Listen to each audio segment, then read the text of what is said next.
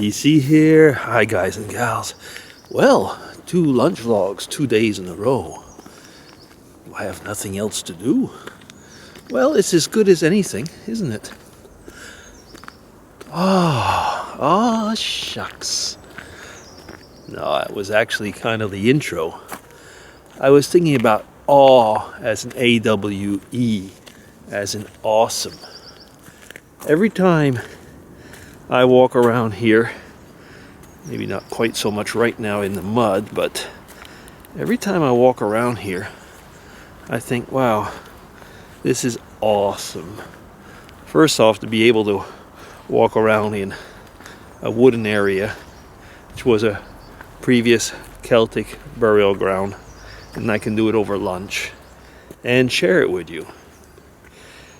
It's funny because the word, awe, actually means like a reverent fear.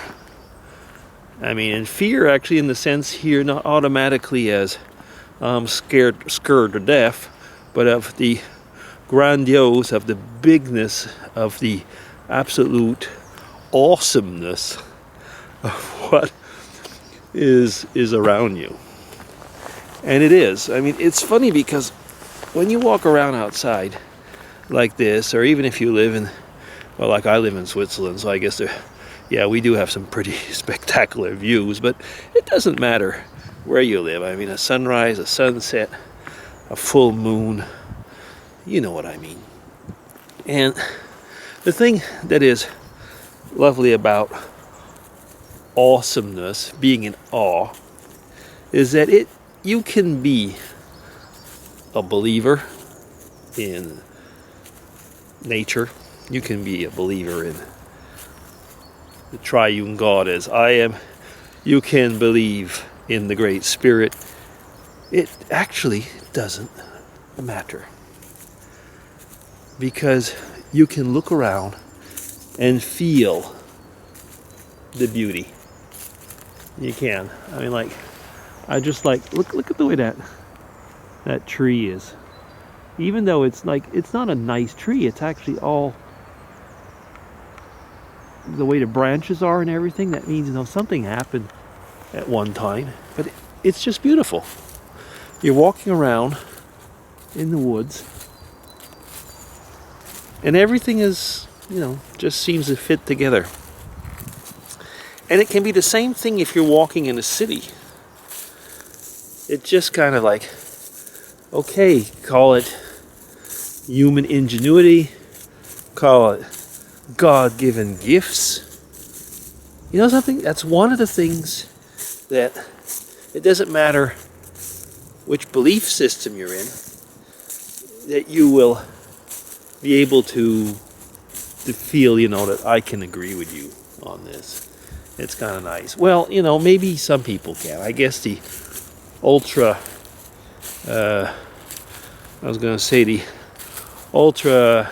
ecological eco freaks will probably say there's too much people. All of this shows that we've got to cull the planet. But okay, never mind them.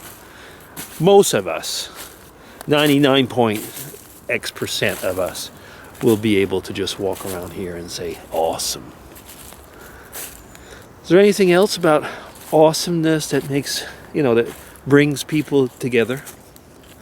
I think it is, actually. It's almost like to be able to look at this and to share in the beauty, you have to be, I almost say, given a certain amount of grace. It's a free gift. It's a free gift. Once again, it doesn't matter if you want to believe in a Christian sense, or if you want to be agnostic, or just simply love nature. It's a free gift. It's awesome. I was watching today, was it earlier? It was early this morning, actually, after breakfast. I watched a video of something hairy in the shadows, who's one of these. He calls himself not the Sasquatch Whisperer.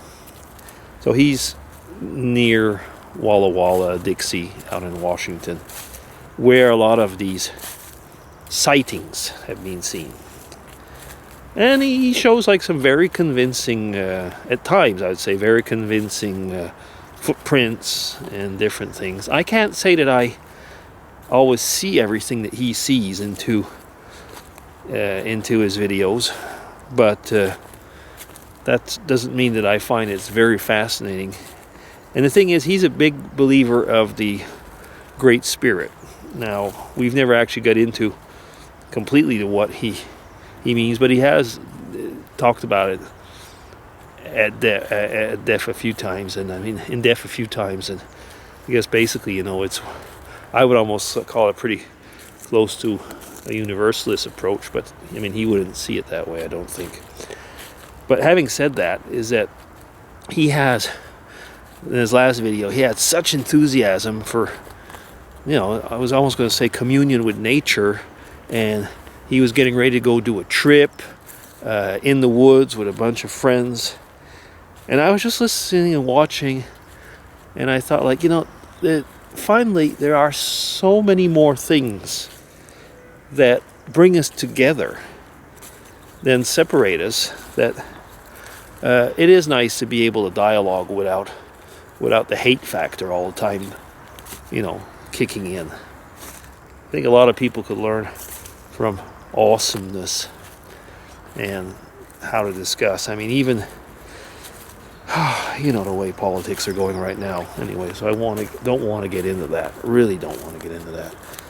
But the fact is that when I was looking at that, I was thinking, like, sometimes we're watching people on YouTube, and we're actually very, very different types of people. But maybe because today's communication and the way that we can talk and chat with each other, it is awesome. It's a great leveler, actually. I have realized at times, and don't get me wrong on this, but many people, I would probably not even have thought of going to talk with them for whatever reason. It might be because sometimes it might have even been, too impressed to go near them. Sometimes I might have been too afraid. It doesn't matter. I mean, and I have actually, and all of you who are online and probably are watching this, have experienced similar friendships that have just come from, thanks to YouTube and thanks to the internet. Reminds me when I was a kid, and we would say, so and so, such a person, lives on the wrong side of the track, and that was literally sort of called the case when I was a boy. And I've talked about this person once before in videos, where I was working in a factory and cleaning machinery, and I was basically up to my I was pretty messy with oil, cleaning up things. And I was working with this guy who was from the wrong side of the track. We created a lovely friendship. Yeah. I wonder where he is now. I mean, I know where he is now, actually. He's gone beyond. But having said that, I mean, it was the type of person I bet he would have loved internet. He had so many great stories and such culture for somebody from the wrong side of the track. It was awesome. Yeah. So DC signing off from my awesome little corner. Take care, everybody. Oh, shucks. Thank you for being there. Bye-bye.